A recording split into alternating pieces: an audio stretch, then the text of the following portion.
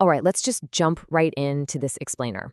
We're going to look at how street skateboarding went from the ashes of a totally dead 1970s fad into this gritty underground subculture, and then, wild enough, ultimately transformed into a massive global Olympic phenomenon. Now, I want you to look at your own city just a little bit differently for a second. When you walk down the street, think about urban architecture, handrails, concrete stairs, public plazas. Are they just obstacles in your way? Or could they actually be canvases for city play? Because, that fundamental shift in perspective, that's exactly what birthed modern street skateboarding. But to really understand the culture today, we've got to rewind back to the gloomy late 70s. The initial urethane wheel boom completely crashed. Purpose-built skate parks were literally closing days after opening. Actually, scratch that. Some closed before they even officially opened.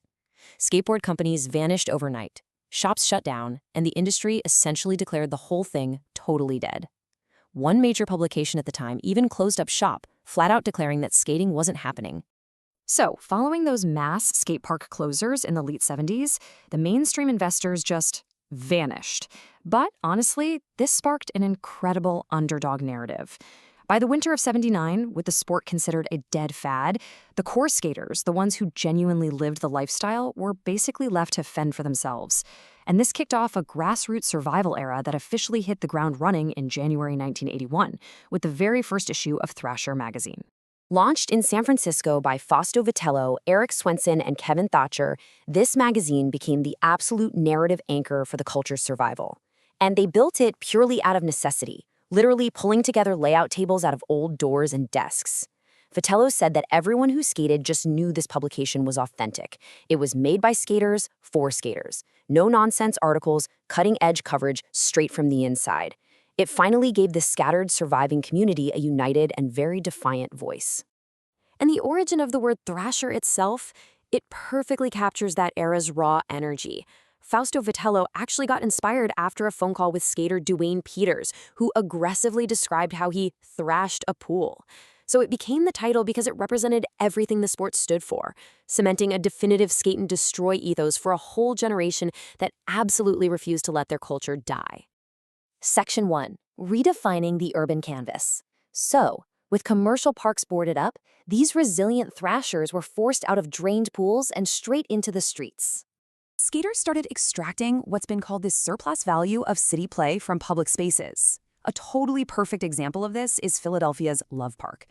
Throughout the 1980s, it transformed from this quiet plaza meant for business people eating their lunch into a world-renowned skateboarding mecca.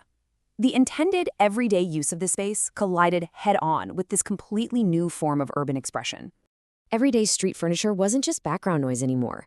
Skaters began looking at architecture in a totally unique way, actively hunting down stairs, handrails, flower beds, bins, and even picnic tables. And they weren't just hitting a single trick and stopping. They started connecting these urban obstacles into a series of consecutive tricks, something known as a line. The city itself basically became one giant, endless obstacle course. Part 2, Anatomy of a Skateboard. Because to survive this highly abrasive new urban canvas, the equipment itself had to rapidly evolve.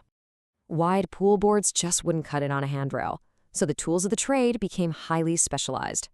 Decks standardized to an 8-inch wide, 7-ply Canadian maple design, paired with 7.6-inch wide, low-height forged aluminum trucks.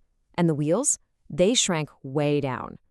Skaters adopted these ultra-hard 52mm polyurethane wheels with a 99A durometer rating. Why? To lower rolling resistance and slide flawlessly across raw metal and concrete. Armed with this incredibly precise equipment, the physical vocabulary of skating just exploded. The foundational ollie let skaters pop the board up into the air, which then unlocked a massive catalog of highly technical variations. We're talking kickflips, precise 180s, pop shove-its, and locking the trucks onto a handrail for a 50-50 grind or a board slide. Mastering this stuff, it takes years of brutal, high-risk practice. Section 3. From Nuisance to Olympics. As street skating took over global cities throughout the 80s and 90s, it created some undeniable, literal friction with the non-skating public. And this conflict really unfolded in two distinct ways. On one side, local authorities largely treated the culture as a public nuisance. They deployed hostile architecture like metal skate stoppers, enacting strict bans, and confiscated boards. But on the flip side, we saw some incredible community success. When Philly deconstructed Love Park, grassroots advocates like Josh Nims rallied skaters to organize, fund, and build dedicated spaces, like Paynes Park, giving the community a true spiritual successor. That massive grassroots momentum eventually pushed the subculture onto the global stage. It started out with gritty, auditorium-sized contests back in 1987, like the Savannah Slamma. Then, through the late 90s and 2000s, it exploded into major televised events like the X Games. And all of that ultimately culminated in a moment that literally no core skater in 1981 could have ever predicted: a full-blown debut at the 2020 Tokyo Summer Olympics. But, as you might guess, this Olympic plan caused some heavy controversy within the community.